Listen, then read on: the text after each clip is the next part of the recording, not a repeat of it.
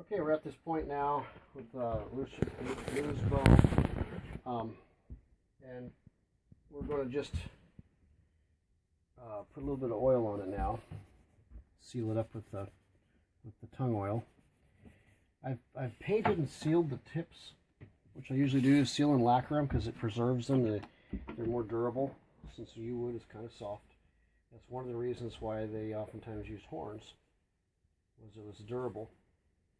But I'm getting up close to this paint. I'm just going to put a little bit of oil there carefully at the moment until that paint is 100% cured. It's pretty dry, but I don't want to combine the two too much yet. There we go. Same thing on the other end, and then we're going to saturate this thing in some oil. Tung oil all around for you is probably the best, I think. True oil works, pretty good at gunstock oil, but I prefer myself. I do prefer tung oil. Not that true oil is a bad oil, because it's a very popular, very good oil that many people use for a lot of, especially gunstock people use it. Okay, now we're going to get some oil on here. You're going to watch this beauty of the wood. I think this is the most amazing part, is to watch the transformation of that yew wood change.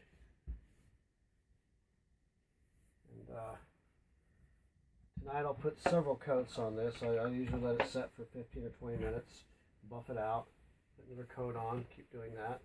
I'll probably put about a total of 5 or 6 coats on at the most. That's all it really needs. This tung oil is pretty rich and it soaks in real well. Also, I put this through 3 or 4 different levels of sanding, and with winding up with a 320 grit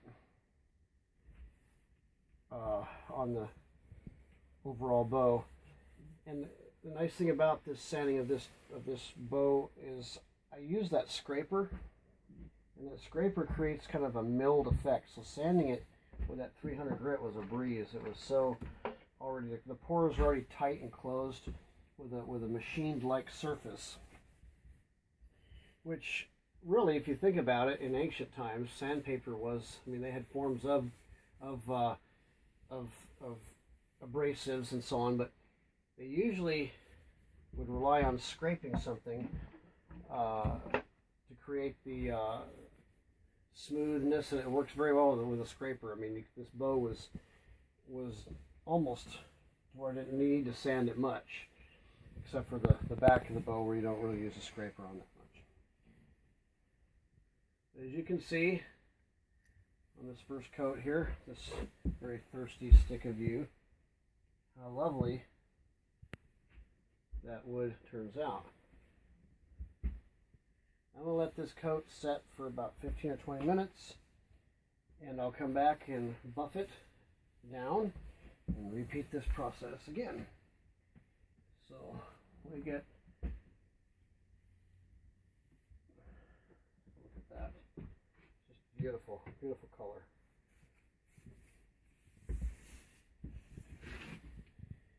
Okay, so like I said,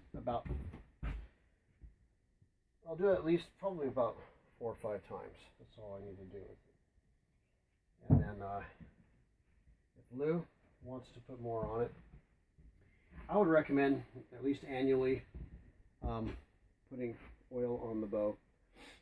Since I've started with tung oil, I would recommend staying with tung oil because they may not mix very well.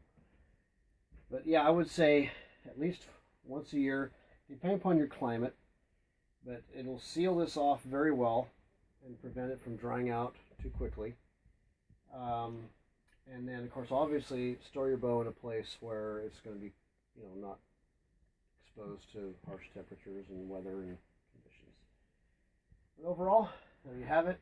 This bow is about ready to be put in a box and sent off to its owner, Mr. Lou Cervello, out of New York State.